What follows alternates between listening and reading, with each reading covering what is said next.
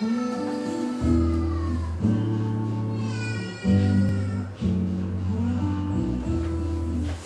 share a concept with you that is really important to at least consider when you're thinking about things that you want to accomplish in life and when you're dealing with people and all that kind of stuff. There's a theory that originated from a guy named Leon Festinger.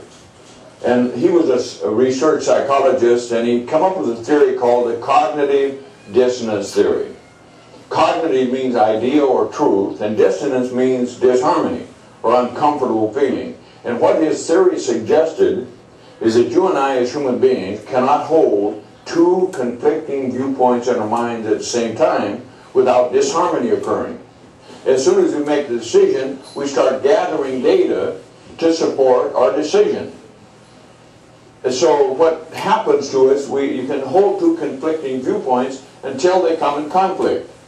Then you make a decision. And as soon as you make the decision, you gather data to support your decision, called the cognitive dissonance theory. Now, that sounds reasonable, but let me show you how it works.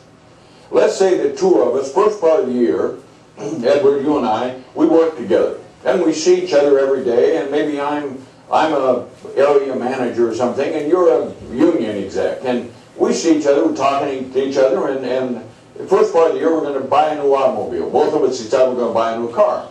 We haven't decided what kind of a car we're going to buy yet, so we share the good points and the bad points. And Edward said, well, I looked at this and it looks like it's reasonably tough on gas. I said, yeah, I saw that too. I saw the same article. And so we share the good points and bad points. Neither one of us have made a decision. But then down the roadways, Edward decides the best car for the money in today's marketplace is a Chevrolet. And as soon as Edward makes a decision to buy the Chevrolet, Edward's whole concept changes. He drives off the showroom floor with his new Chevrolet, and he starts seeing Chevrolets all over the place. God, there's another one. Everybody's driving them. I'm smart. We could be sitting in a conversation, all kinds of noise going on around us, and somebody mentions Chevrolet. You got one too? What kind of mileage you get? Me too. We're smart. So he starts gathering data to support his decision. Now, about the same time that Edward decides to buy the Chevrolet, I decide to buy a Ford. So I buy my Ford, and I drive off the showroom floor with a new Ford, and I start seeing Fords all over the place. God, there's another one. Damn, everybody's driving them. Now, I know that Edward bought the Chevrolet, and he knows that I bought the Ford. So I don't just pick up the positive information about the Ford, I start picking up the negative information about the Chevrolet. I'll be driving to work one morning and see one broken on along the road, look just like Edward's. Better tell him about it. Driving to work this morning, Edward saw one of them Chevrolets broken on the road, look just like yours. Same make, same model. Same color. I'd have stopped to give a ride, hadn't been for the traffic. Edward said, geez, I appreciate that feedback. Now Edward, he reading the paper. He says he sees where they're recalling some of those Fords. I sure hope Gordy's in that series, but he may miss the article. I better take him the article. So Edward comes to work the next morning and brings me the article. You see, they're recalling some of them Fords. Yours in that series? I said, no, mine ain't in that series. He said, damn. Did you ever hear that statement, misery loves company? People hate to be around people who aren't miserable if they're miserable. What are you smiling about? God, did you read the paper this morning? Now, it's not just Fords and Chevrolets. One time, years and years ago, I was working in an educational system. There was a teacher, had an opinion. See, opinion to some is truth. Had an opinion about the administration. So this person was a staff person, this administration. He had an opinion. Now to him it was the truth. His opinion was the administration came to work at 10 and they left at 2. And while they were there, they didn't do a dang thing but figure out how to make it tough on the staff. That's his opinion. So at 10 o'clock in the morning, he's supposed to be teaching. His class is in there waiting for him. He's out in the hallways trying to catch the administration coming in. Keep your eyes open. There they come. Sign this paper. We got to do something about the administration. Do you know what he said at 2 o'clock in the afternoon? Peeking out the windows trying to catch them leaving. There they go. They got their golf clubs. Sign this paper.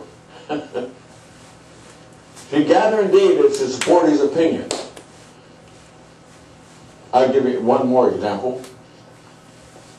Do you ever stop to think? You probably don't think about this kind of stuff. I do, occasionally.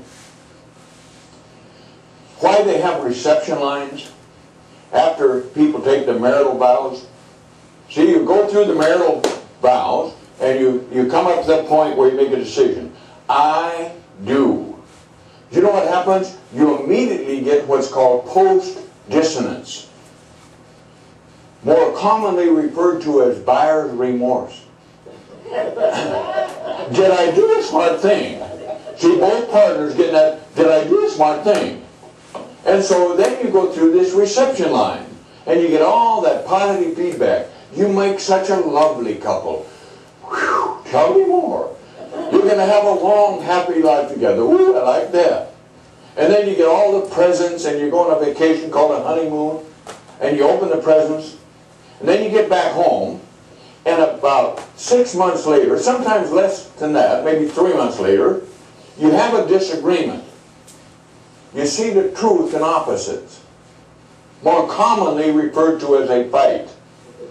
And as soon as that occurs, the husband runs right down the nearest cocktail lounge or tavern, gathers 4 or 5 guys around him, got one just like her. I know what you mean, by God, mine too. You can't live with them, they're all alike.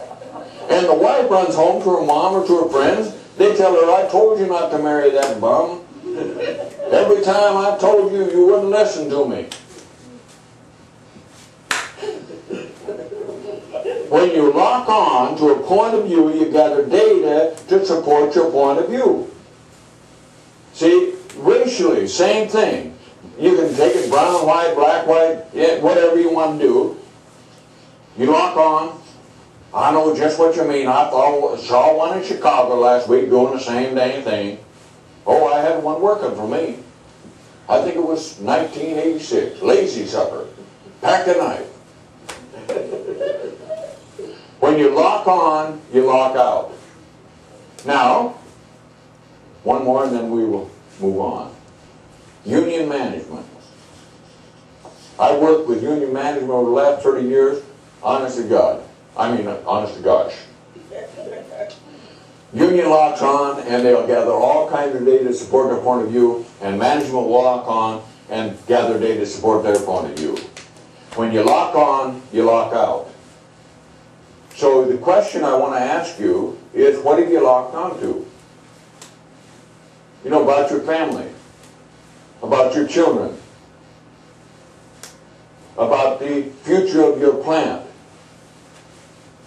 You gather data to support your point of view. What have you locked on to about the next phase of your life?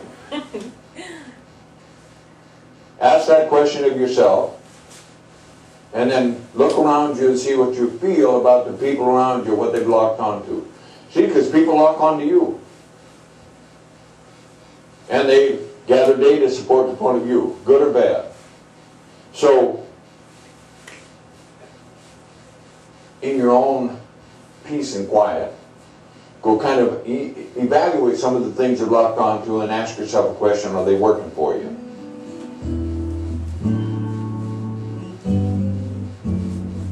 For me?